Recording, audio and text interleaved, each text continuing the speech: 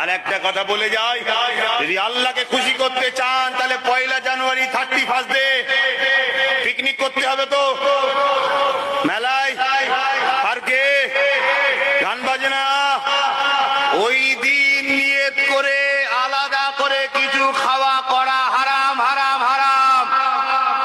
শুনছেন? ওটা আমাদের নয়, শুধু আমাদের কেন, অন্য ধর্মের মানুষেরও করা উচিত নয়। কেন ওই দিনকে কেন্দ্র করে গত বছরে কি হয়েছিল খোঁজ পাননি? হাজার হাজার নারীর রেপ হয়েছে ওই দিনকে কেন্দ্র করে। ইতিহাস জানা আছে না? নাই?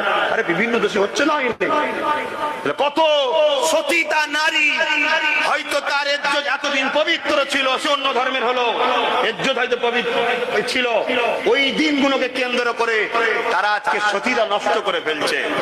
এই সকল দিনগুলো আমাদের থেকে দূরে থাকা দরকার আছে না? নাই? তার একদিন আগে ঘুরতে যান, তার একদিন পরে যান, ওতে অসুবিধে নাই, ওরা শরিয়াতে জায়েজ আছে, কিন্তু ইসলাম বিরোধী ভাবে গান বাজনা করা এগুলো নয়। তো ভাইয়েরা আমার, তেলাওয়াত করেছেন, আসুন একটু সালাত ও সালাম দেবো। দেন তো, দাঁড়িয়ে না বসে। এ নবী